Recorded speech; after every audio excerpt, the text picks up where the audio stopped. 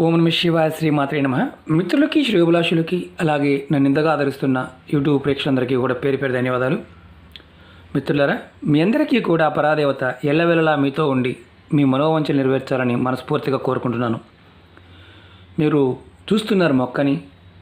ఈ మొక్క గురించి మనందరికీ బాగా తెలుసు. ఈ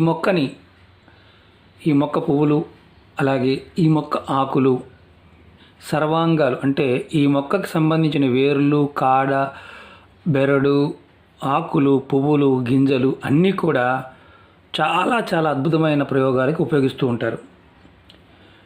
మనం నిత్య జీవితంలో ఇది ఎప్పుడు మన ఇంటి దగ్గరలో ఉంటుంది, పంట కాలాల దగ్గర ఉంటుంది. ఇప్పుడు వానలు పడుతున్నాయి, మంచి సీజను, ఈ మొక్కలు బాగా వస్తాయి. పెద్ద పెద్ద చెట్లు అవుతాయి, చిన్న చిన్నవి కూడా ఉంటాయి. అంటే ఉండే వాతావరణ పరిస్థితి బట్టి బాగా పెరుగుతాయి. వీటిని ద్రోణి పుష్పాలు అంటారు, లేదా మన భాషలో తుమ్మి పువ్వులు అంటారు. తుమ్మ కాదు, తుమ్మి పువ్వుల చెట్టు అంటారు. ఈ పువ్వులతో మనం అంతకుముందు చాలా వీడియోలు చెప్పుకున్నాం. శివార్చన కోసం, లక్ష్మీ కటాక్షం కోసం ఈ పువ్వుల్ని ఎలా వాడుకోవాలో అంతకుముందు వీడియోలో కూడా తెలుసుకున్నాం. ఇది పంట కాలువలు అంటే మన మామూలుగా గ్రామీణ ప్రాంతంలోనూ, పట్టణ ప్రాంతం ఎక్కడైనా సరే ఇది చాలా విరివిరిగా వస్తుంది. ఈ మొక్కలో అద్భుతమైన తాంత్రిక శక్తులు దాగి ఉన్నాయి. ఈ మొక్కని మనం విధి విధానంగా వాడుకోగలిగితే, దీని గురించి తెలుసుకుని వాడుకోగలిగితే, ఆయుర్వేద పరంగా కాకుండా తాంత్రిక పరంగా కూడా చాలా అద్భుతమైన ఫలితాలను చూడగలుగుతాం. ఈరోజు మనం ఒక 2 తాంత్రికమైన విషయాలు, అంటే మనం జీవితంలో ఎదుర్కొంటున్న కొన్ని సమస్యలకి తేలికైన పరిష్కారాన్ని ఈ మొక్క ద్వారా తెలుసుకుందాం. అలాగే మీకు ఈ వీడియో నచ్చినట్లయితే లైక్ చేయండి, నా ఛానల్ సబ్స్క్రైబ్ చేసుకోండి, గంట సింబల్ని యాక్టివేట్ చేసుకోండి, 10 మంది మిత్రులకి షేర్ చేయండి మీకు నచ్చితేనే. ఈ మొక్క చెప్పుకున్నాం, సంస్కృతంలో దీన్ని ద్రోణి పుష్పాలు అంటారు, తెలుగులో తుమ్మి పూలు అంటారు. లోకల్ భాషలో ఇంకా అంటే గ్రామీణ ప్రాంతాల్లో మనకున్న 3 ప్రదేశాలు, అంటే ఇటు కోస్తా కావచ్చు, రాయలసీమ, తెలంగాణ, రకరకాల పేరుతో పిలుస్తూ ఉంటారు. ఈ మొక్క వేరు మనకి ఒక అద్భుతమైన శక్తిని ఇస్తుంది.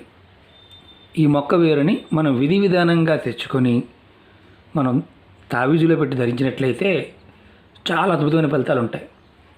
ఎలా తెచ్చుకోవాలి, ఏ విధంగా తెచ్చుకోవాలి చెప్తాను. మీరు ఎవరైనా సరే, ఆడవారైనా మగవారైనా సరే, మీరు ఈ మొక్కని ముందు మీ ఇంట్లో ఉన్న, అంటే నేను చూపిస్తున్నది నేను పెంచుకునే మొక్క, ఎందుకంటే నిత్యం నేను శివపూజ కోసం ఈ పుష్పాలను వాడుతూ ఉంటాను, ఆయుర్వేద పరంగా మందులకు వాడుతూ ఉంటాను. ఈ మొక్కని మీరు ముందుగా ఎక్కడైనా సరే, ఏ ప్రదేశంలో అయినా సరే ఐడెంటిఫై చేసుకోండి. చేసుకున్న తర్వాత అంటే సోమవారం నాడు చేసుకోండి. ఈ ఉపాయాన్ని మంగళవారం నాడు చేయాలి. మీరు మంగళవారం నాడు చేసే ముందు సోమవారం సాయంత్రం ఈ మొక్కకి కొంచెం నీరు పోసి నమస్కారం చేసుకొని మనసులో చెప్పుకోండి, నేను రేపు పొద్దున వచ్చి తీసుకువెళ్తాను అని. తర్వాత మంగళవారం ఉదయాన్నే ఈ ఉపాయాన్ని కూడా మంగళవారం నాడు ఉదయం 6 నుంచి సాయంత్రం 5 గంటల లోపు మాత్రమే చేయాలి. ఆ తర్వాత చేయకూడదు. ఈ చెట్టుని మీరు సోమవారం నాడు నిమంత్రం చెప్పుకున్నారు, మంగళవారం నాడు ఈ చెట్టుని మీరు ఉదయాన్నే వెళ్ళి నమస్కారం చేసుకొని మీ కోరిక ఎలా చెప్పుకోవాలో చెప్తాను. నాకు అంటే నా కుటుంబ అవసరానికి, నాకు ఉన్న బాధలకి నేను నిన్ను తీసుకువెళ్తున్నాను, నా బాధల నుంచి నాకు విముక్తి కలగాలి అని చెప్పుకొని తీసుకోవాలి. ఈ మొక్కని సమూలంగా అంటే మొదలు కనిపిస్తుంది కదా, పెద్ద మొక్క అనుకోండి, ఈ లావు కూడా అవుతాయి. ఒక్కొక్కసారి ఇవి 2.5 ఫీట్ కూడా పెరుగుతాయి. అంటే మంచి వాతావరణం, మంచి నేల ఉన్నప్పుడు బాగా పెరుగుతాయి, బాగా పువ్వులు కూడా వస్తాయి. ఈ మొక్కని మీరు వేళ్ళతో సహా పీక్కురావాలి. తెచ్చుకొని ఏదైతే వేలు తెచ్చుకుంటారో ఆ వేళ్ళు చక్కగా కడిగి మీరు అదే రోజున పక్కన పెట్టుకోండి. మంగళవారం రోజున తీసుకొచ్చి పక్కన పెట్టుకొని మీరు ఏదైతే వేర్లు తెచ్చారో ఈ పైన ఉన్న మొక్క భాగాన్ని, ఈ భాగాన్ని తీసేసి ఆ వేరు భాగాన్ని పక్కన పెట్టుకున్నారు కదా, దానికి మీరు మీ ఇంట్లో ఏదైనా మామూలు తావీజైనా పర్వాలేదు, అంటే ఎలాంటి తావీజైనా పర్వాలేదు, చివరికి మీ దగ్గర మనకి మార్కెట్లో దొరుకుతుంటాయి, 2 రూపాయల తావీజులు దొరుకుతుంటాయి, అదైనా పర్వాలేదు, అలాంటి తావీజు ఏదన్నా ఉంటే పెట్టుకోండి. ఎవరికైతే ఎక్కువగా అంటే నజర దోషాలు అంటే కన్ను దృష్టి ఎక్కువగా ఉండి పిల్లలకు కానీ పెద్దలకు కానీ, అలాగే భూత ప్రేత పిశాచ బాధలు అంటే దెయ్యాలు భూతాలు గాలి ఇలాంటి అంటే ఎక్కువ వింటూ ఉంటాం. దాన్ని మా మీద ఎవరు ప్రయోగం చేశారండి, దానివల్ల ఇబ్బంది పడుతున్నాము అలా అనిపించిన ఆ వేరుని మీరు ఆ తావీజులో పెట్టుకొని, ఇంకొకటి ఏంటంటే మీరు ఈ మంగళవారం తెచ్చుకున్నారనుకోండి, మళ్ళీ నెక్స్ట్ మంగళవారానికి ఆ వేరుని అంతవరకు అది మీరు పూజా మందిరంలో పక్కన పెట్టుకోండి. మంగళవారం నాడు తెచ్చుకున్నాం, కట్ చేసాం, చెట్టు పై తీసేసాం, ఆ వేరు మాత్రం అక్కడ పెట్టాం. అది నెక్స్ట్ మంగళవారం, ఈ మంగళవారం తెచ్చుకుంటే పై వచ్చే మంగళవారానికి మీరు ఉదయాన్నే స్నానం చేసి ఆ తావీజులో ఆ వేరు ముక్కని, చిన్న వేరు ముక్కని కానీ పెద్ద వేరు ముక్కని పర్వాలేదు, తావీజులో పెట్టుకొని ధూపం చూపించి సాంబ్రాణి చూపించి అది చక్కగా బిగించండి. తర్వాత దాన్ని ఒక ఎర్రటి కలర్ దారంలో మీ మెడలో కానీ లేదంటే మీ చేతి జబ్బకు కానీ మీ మొలదారానికి కానీ కట్టుకోండి. అలా కట్టుకోవడం వల్ల ఏమవుతుందంటే మీ మీద దుష్టగ్రహ బాధలు అంటే ఒక రకంగా చెప్పాలంటే తాంత్రిక పీడల్లో ఈ భూత ప్రేత పిశాచ బాధలు, అలాగే కనుదృష్టి, జనదృష్టి, నరదృష్టి ఇలాంటివి అంటుంటాం కదా, అవి మీ మీద పని చెయ్యవు. Number 1 point. నెంబర్ 2, ఇది చాలా ఇంపార్టెంట్. ఈ చెట్టు తెచ్చుకున్నాము, అలాగే వేర్లు ఇంత చక్కగా పొడుగ్గా ఉన్న వేర్లు ఉన్నాయి. ఎవరికైతే అనుకోకుండా యాక్సిడెంట్లు అవుతున్నాయి, అనుకోకుండా సంఘటనలు జరుగుతున్నాయి, మీ జీవితంలో చాలా ఇబ్బంది పడుతున్నారు, అలాంటి వారు ఆ వేరుని, ఈ చెట్టు వేరుని ముక్కలు చేసుకోండి. చిన్న చిన్న ముక్కలు, ఇంత ముక్కలు కట్ చేసుకోండి. నేను చూపిస్తాను మీకు. నేను చూడండి, ఇది వేరు అనుకోండి, ఈ చెట్టు వేరు అనుకోండి, ఇంత ముక్కలు కట్ చేసుకోండి, చిన్న చిన్నవి.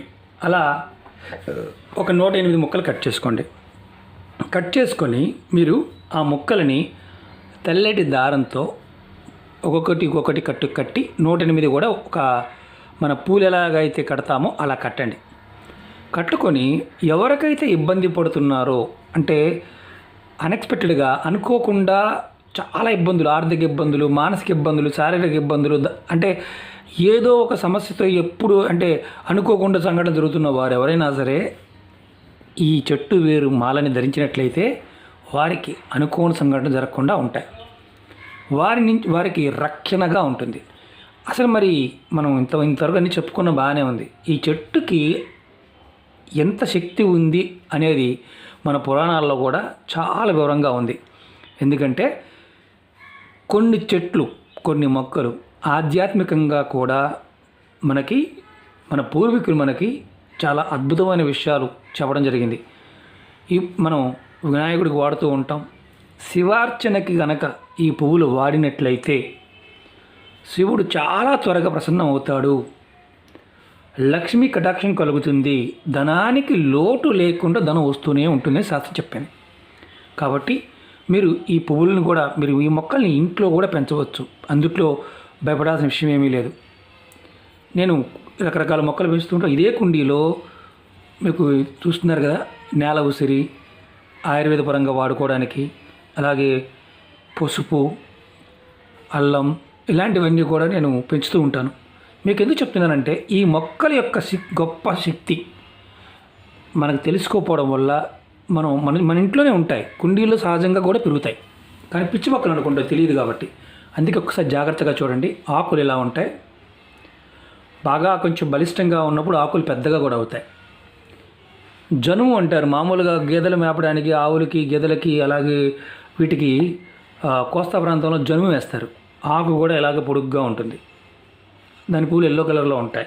ఇది శంకు పూలాగా ఉంటుంది, తెల్లగా ఉంటుంది, చిన్నగా ఉంటాయి. చూడండి,